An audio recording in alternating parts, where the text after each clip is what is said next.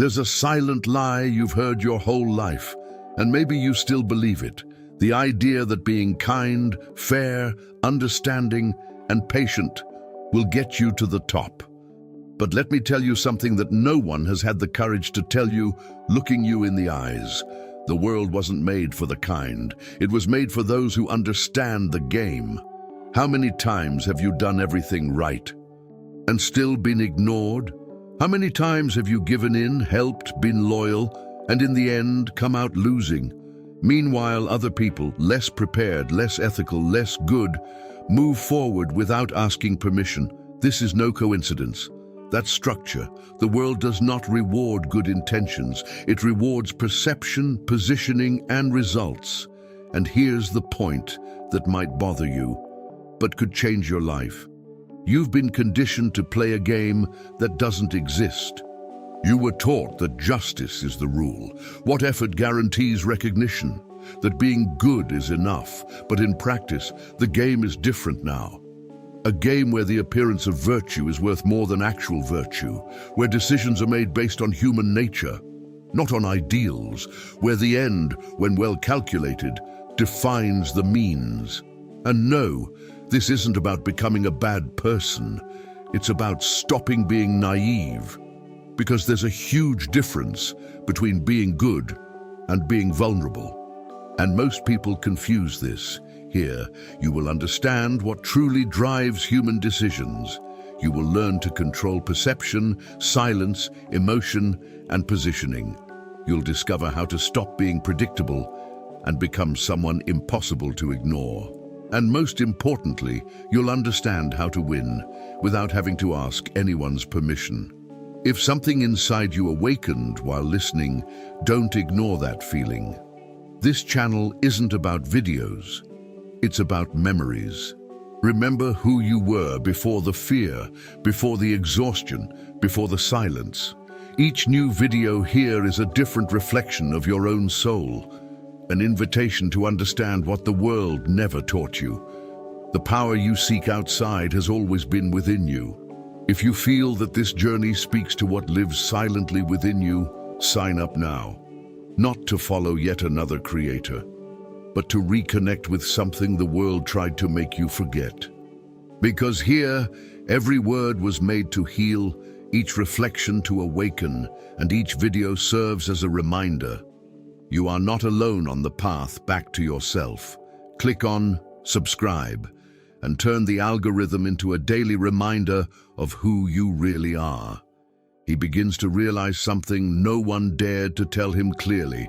Following all the rules doesn't guarantee victory. It guarantees predictability. And predictability in the real game is synonymous with being overtaken.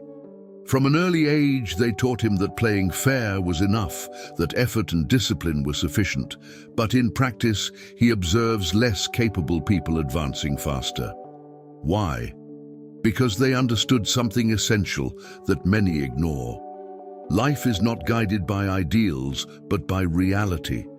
And here enters a silent principle, almost forbidden to be spoken aloud, that which many associate with the essence of strategic thinking. Decisions based on real human nature, not on moral fantasies. He begins to see that the world rewards those who adapt, not those who insist on being correct all the time. It's not about becoming cruel, but about understanding that naivete is costly, and while he is still trying to play right, others are already playing to win. At that moment, something changes internally. He begins to question rules he previously accepted without thinking. Does always being honest, always available, always nice really work? Or does it put him in a predictable and exploitable position? He realizes that many who advance master something invisible, the art of appearing virtuous, without necessarily being enslaved by it. This doesn't mean abandoning values, but understanding that the game requires strategic reading. A simple example. In the professional environment, the one who speaks less and observes more generally understands power dynamics better than the one who tries to please everyone. Another example. People who know how to say no firmly, even if it causes momentary discomfort, end up being more respected than those who constantly try to avoid conflict. Here, he begins to understand, even if still with resistance, that the world respects strength and clarity, not just good intentions. And this opens a dangerous but necessary door. And then the internal conflict arises, because this awakening is not comfortable. He begins to realize that perhaps he has been conditioned to play a game that never truly existed. The idea that good always triumphs begins to seem more like a narrative than a strategy. And at this point, a silent question begins to echo. What if the world isn't fair? If that's true, then all the previous logic needs to be rebuilt. He realizes that perhaps he needs to develop something he previously avoided: constant adaptability. Because those who don't adapt get left behind. And here, without realizing it, he is already being pulled to the next level of understanding, where it's not enough to just see the game. It's necessary to understand who created the rules and why. He begins to realize something even more uncomfortable than before. The world isn't unjust by accident. It was simply never meant to be just. What he called justice may always have been just a comfortable idea, a kind of collective anesthesia to keep people obedient. Because think about it. How many times has he seen honest people ignored, while others, more strategic, advanced without asking permission? This isn't a flaw in the system. It's how it works. And here comes an understanding that few dare to accept. Real-life politics isn't guided by ideals, but by results. This is the kind of thinking that echoes the logic attributed to Machiavelli, not as something perverse, but as a raw reflection of human nature. He begins to understand that waiting for justice might be the most subtle way to remain stagnant. And when that realization hits, it doesn't come alone. It brings with it a certain unease, almost a silent revolt.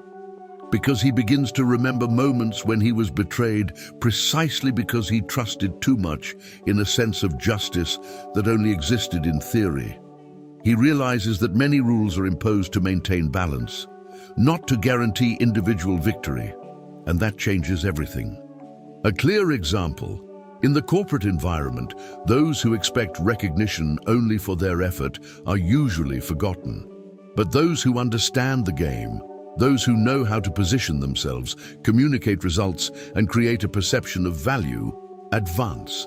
Another example: in negotiations, those who try to be too fair often lose ground, while those who understand the value of strategic positioning achieve better deals. It's not about being dishonest, but about understanding that the world responds to perceived strength, not to the purity of intentions. And that requires a profound internal change. So he begins to adjust his perspective. Instead of asking, "Is this fair?" he starts asking, "Does this work?" This simple change of question completely alters how he acts. He understands that insisting on an ideal world can be an elegant way to escape reality. And little by little, he begins to develop something essential: the ability to act based on reality, even when it is uncomfortable. This doesn't mean abandoning principles.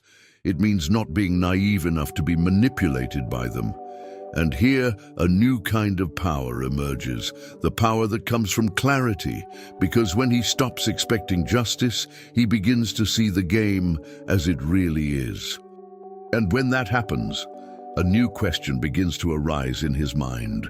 If the world responds to perception, then perhaps controlling how it is seen is more important than actually being. At some point, he realizes something that completely changes how he sees the game. Reality in itself hardly matters. What really matters is how it is perceived. This seems strange at first, even unfair, but that's how human decisions work. People don't react to facts. They react to the interpretation of facts. And whoever controls that interpretation controls the game.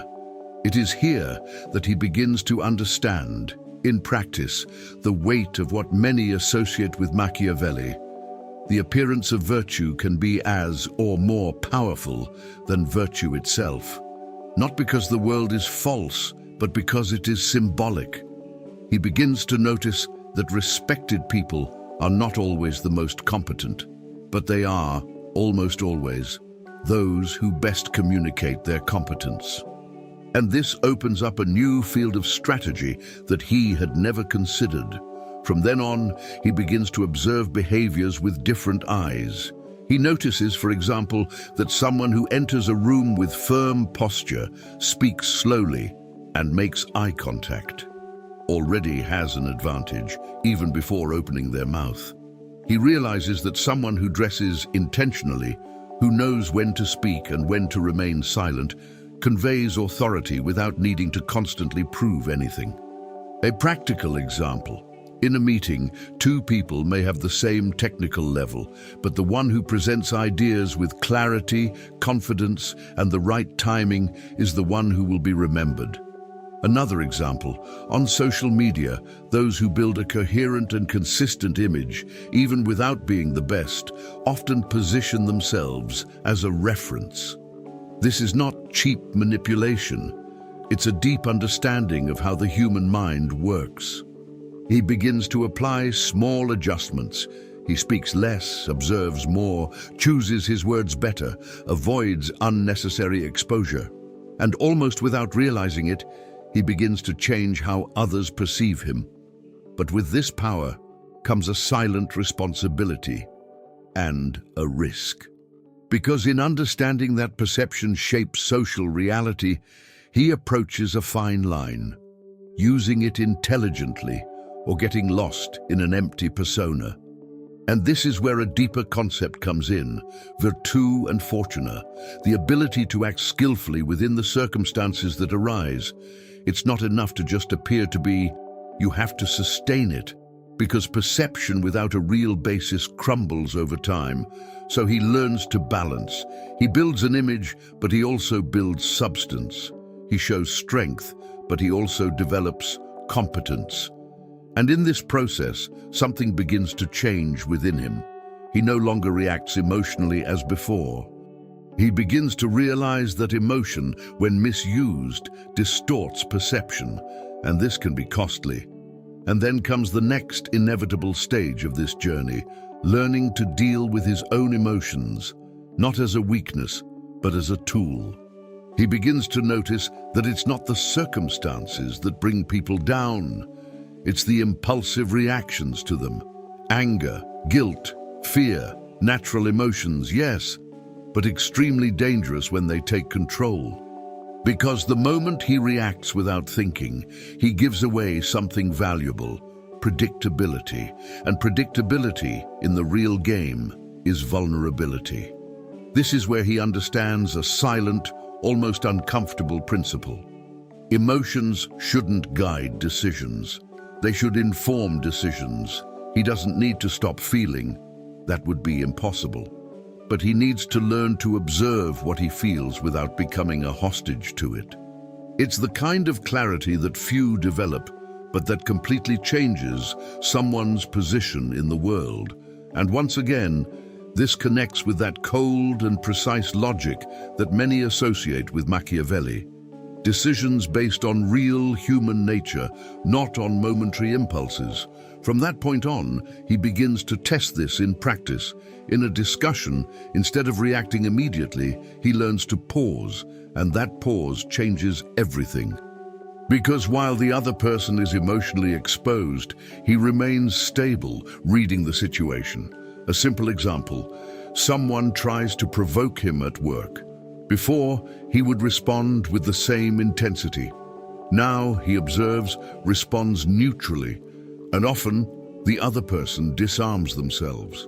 Another example, in financial decisions, instead of acting out of fear or euphoria, he begins to analyze data, scenarios, and risks. He understands that fear can signal real danger, or just discomfort, in the face of growth. The difference between the two defines results. Little by little, he transforms emotions into indicators, like an internal dashboard, and no longer into automatic commands. And this generates something rare, control. But this control isn't about absolute coldness, it's about precision, because he also understands that emotion can be used strategically. Demonstrating enthusiasm at the right moment, firmness when necessary, even silence in tense situations. All of this communicates. And here comes something even more refined, the calculated use of force. Force isn't always aggression. Sometimes it's simply not reacting, it's not over-explaining, it's not chasing validation. And this creates a curious effect. People begin to respect someone more who isn't easily shaken, because emotional stability conveys power. And when he masters this, a new possibility emerges, more delicate, more strategic, and more dangerous. If he can control himself, perhaps now is the time to decide with precision who and what should remain in his path. He begins to realize something that, at first, sounds too harsh to accept. Not everything and not everyone should be kept in his life. There's a romanticized idea of blind loyalty, of maintaining relationships at any cost. But in practice, this often means carrying burdens that aren't his. And here emerges an uncomfortable but extremely necessary concept: the ability to eliminate obstacles precisely and silently. This isn't about being impulsively cruel, but about acting with clarity when something or someone drains energy, focus, and growth. It's the kind of decision few have the courage to make because it involves discomfort, external judgment, and often guilt. But he begins to understand that carrying everything and everyone is incompatible with evolution. And at this point, logic aligns with something profound. Avoiding being hated doesn't mean accepting being exploited. From then on, he begins to look around more honestly. Who truly adds value? Who only consumes energy? Who only shows up when they need something? This type of question changes everything. A practical example: friendships that revolve solely around complaining, negativity, and stagnation. He realizes that by remaining in these environments, he inevitably absorbs this pattern. Another example: people who constantly overstep boundaries, asking for more than they offer, demanding more than they deliver. Before, he tolerated it. Now he observes and acts. Sometimes this means reducing contact. Sometimes it means cutting it off completely, without announcement, without drama, just distance. And the most interesting thing is that, in most cases, nobody notices immediately, because true change isn't noisy, it's strategic. But here's the most important and most difficult point: precision. Because acting without discernment transforms strategy into impulsiveness. He understands that he shouldn't go around cutting everything off, but he also can't ignore clear signs. It's a balance between reason and firmness. And again, that silent principle comes into play. The end justifies the means. When the means are calculated and conscious, it's not about destroying, it's about protecting what's being built. And when he starts doing that, something changes in the surrounding environment. People start to more carefully consider the attitudes around him. Access to him becomes more limited and automatically more valued. And this leads to a new level of awareness. If filtering people already changes the game, imagine what happens when he starts controlling not only who enters, but also how much he reveals. He begins to realize something that had previously gone unnoticed. Those who talk too much reveal too much. And those who reveal too much sooner or later unknowingly expose their weaknesses, their plans, and even their insecurities. The world is full of people who think they need to explain themselves all the time, justify decisions, share intentions, as if excessive transparency were synonymous with strength. But in practice, This only makes the work of those who observe in silence easier. It is here that he understands a silent, almost invisible rule. Information is power, and whoever controls its flow controls the game. He begins to realize that silence is not absence, it is strategy. And this connects directly to that cold and realistic logic that many associate with Niccolo Machiavelli. Speak less, observe more, act at the right moment. Based on this understanding, he begins to test something simple, but extremely effective. In conversations, he reduces the need to answer everything. Instead of filling every silence, he allows pauses to exist. And what happens? People start talking more. They reveal intentions, insecurities, even plans they shouldn't. A clear example: in a negotiation, whoever speaks first usually gives away more than they should, but whoever listens, gathers data, and responds precisely, masters the rhythm. Another example: in social settings, while some try to impress with excessive talking, he observes patterns, identifies leaders, understands hidden dynamics, and when he decides to speak, he speaks with intention. Every word takes on weight. He ceases to be predictable. And this creates a powerful effect. People begin to try to decipher him, and those who are difficult to read are rarely controlled. But strategic silence isn't just about not speaking, it's about choosing when to speak. Because absolute silence can also be interpreted as weakness if misapplied. He learns that true mastery lies in balance, speaking when it adds value, remaining silent when it protects, and this requires constant awareness. He begins to avoid unnecessary promises, avoids revealing plans prematurely, avoids sharing vulnerabilities with those who don't deserve access. And here comes something even more refined: the appearance of virtue. He doesn't need to prove anything all the time. He just needs to maintain a consistent image while building behind the scenes. And the less he reveals, the more space he has to act without interference. And it is at this point that a new question begins to arise. If silence protects, then what is the best way to balance this with presence? How to be perceived without overexposing oneself? He begins to realize that there are two silent forces shaping how people position themselves in relation to him: fear and respect. And here lies the mistake most people make, treating these two forces as opposites, when in practice they can coexist.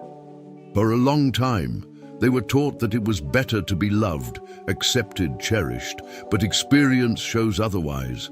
Those who seek to be loved at any cost become predictable, too accessible, and often disposable.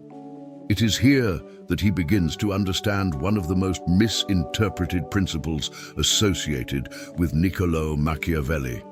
It is better to be feared than loved, but never hated. And this phrase, when truly understood, is not about intimidation. It's about consistency. Fear in this context is not panic. It is the certainty that there are clear limits. From that point on, he begins to adjust his posture. He stops trying to please everyone and starts to firmly establish boundaries. A simple example: when someone crosses a line, he no longer ignores it. He corrects them directly, without aggression, but without room for doubt. This generates an immediate effect. People begin to better assess their behavior around him. Another example: in the professional environment, he stops accepting absurd demands just to appear collaborative. He negotiates, imposes conditions, and protects his time. And this, instead of diminishing respect, increases it, because respect is born from the perception of value, and value is directly linked to scarcity and consistency. He understands that being too accessible reduces impact. Being selective, firm, and predictable in his decisions builds authority. But the real game is in the balance, because excessive toughness breeds rejection, and excessive flexibility breeds devaluation. He learns to alternate between presence and distance, firmness and openness. At times, he demonstrates understanding. At others, he maintains a non-negotiable stance. And this creates a powerful image, someone who cannot be easily manipulated, but who is also not irrational. And here comes something even more strategic, the calculated use of force. Sometimes force is simply saying no and standing by it. Sometimes it's not reacting. Sometimes it's acting decisively when necessary. And the more he masters this, the harder he becomes to predict, and the harder he is to confront. And then comes the next level of this journey. If he already controls how he is perceived and how he sets boundaries, perhaps it's time to go further. Perhaps it's time to learn to grow without being seen. He begins to realize that the more people announce what they are doing, the less they actually progress. There is almost an unconscious need for validation, to show progress, to recount plans, to prove they are getting there. But in practice, this creates unnecessary exposure. And exposure attracts two dangerous things: interference and sabotage. This is where he understands a silent but extremely powerful principle. Those who build in silence go further with less resistance. Because while many are busy talking, he is busy executing. And this connects directly to that cold, strategic logic attributed to Machiavelli. True power is rarely noisy. He begins to realize that the need to be seen can actually be a disguised weakness. Based on this understanding, he begins to change his habits. He stops sharing plans prematurely. He avoids talking about projects in their early stages. He prefers to show results after they are already established. A practical example: instead of announcing that he's going to start something new, a business, a project, an investment, he simply starts. He learns, tests, and makes mistakes in silence. Another example: while many seek validation on social media, he uses this time to develop real skills: reading, practice, execution. If he decides to study strategy, he can delve into works like The Prince by Niccolo Machiavelli, or even expand to books like The Art of War by Sun Tzu. If he decides to invest, he starts small, tests and learns with his own money, without needing to announce every move. And the most interesting thing is that the less he talks, the more freedom he has to make mistakes, adjust, and evolve without external pressure. But strategic invisibility isn't about disappearing. It's about choosing when to appear, because total absence can be mistaken for irrelevance. So he learns to use his presence in a timely and calculated way. He emerges when it matters, positions himself when necessary, but never exposes himself beyond what is strategic. And this creates a curious effect. People begin to see results even before understanding the process. And those who grow this way build something more solid, harder to attack. They stop seeking immediate recognition and begin to build silent authority. And it is at this point that something begins to solidify: independence. Because the less he depends on external validation, the freer he becomes. And then the next inevitable stage emerges. No longer about growing, but about becoming someone who cannot be easily reached. He begins to realize that the true goal was never just to win, it was to stop depending. Because as long as he depends emotionally, financially, or socially on someone, he will always be vulnerable. There will always be someone with power over his decisions. And here a profound understanding emerges. Freedom is not doing what you want. It's not having to submit to what you don't want. This completely changes how he sees success. It's no longer about status, approval, or appearance. It's about autonomy. And this autonomy is built on three silent pillars: financial independence, emotional stability, and a solid reputation. It's the kind of construction that doesn't happen quickly, but once consolidated, it completely changes the game. And this connects directly to that strategic logic that many associate with Machiavelli, one's own loyal armies, that is, one's own resources, without depending on the will of others. From then on, he begins to act differently. Financially, he stops depending on a single source of income. He starts studying investments. He can begin with something simple like fixed income, real estate funds, or solid stocks like AAPL or MSFT, understanding how money works for him. In parallel, he develops skills that generate value in the market: communication, negotiation, strategic thinking. Emotionally, he reduces his need for approval. He learns to deal with rejection without falling apart. Socially, he builds a reputation based on consistency. He speaks little, delivers much. A clear example: instead of over-promising, he begins to silently exceed expectations. This creates trust, and trust, when well built, becomes a currency of power. Little by little, he stops being someone who reacts to the world and becomes someone who shapes his own path. But there's an even more refined aspect to this transformation. Becoming untouchable doesn't mean isolating oneself. It means being strategic in connections. He understands that alliances are important, but dependence isn't.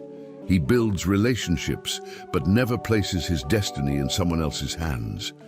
And this generates a powerful effect. He becomes difficult to pressure, difficult to manipulate, difficult to control. Because someone who doesn't desperately need anything doesn't accept just anything.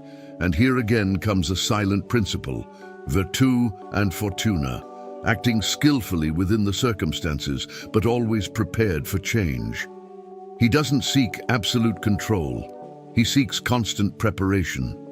And when he reaches this level, something definitively changes. He no longer plays the survival game.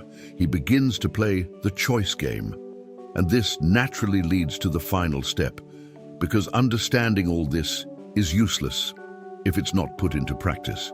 He realizes that all this knowledge, however powerful, is absolutely worthless if it remains only in the realm of ideas, because understanding the game doesn't change the game. Acting does. And here lies the point that separates those who consume content from those who transform their own lives: execution. There is no perfect moment, no complete preparation, no total security. There is only decision. And this decision needs to be based on something simple yet profound: constant adaptability, because the world doesn't wait. It moves, changes, tests, and those who wait for the right moment end up watching others advance. It is here that he definitively understands what many associate with Machiavelli: decisions based on real human nature, not on hesitation, not on excessive idealism.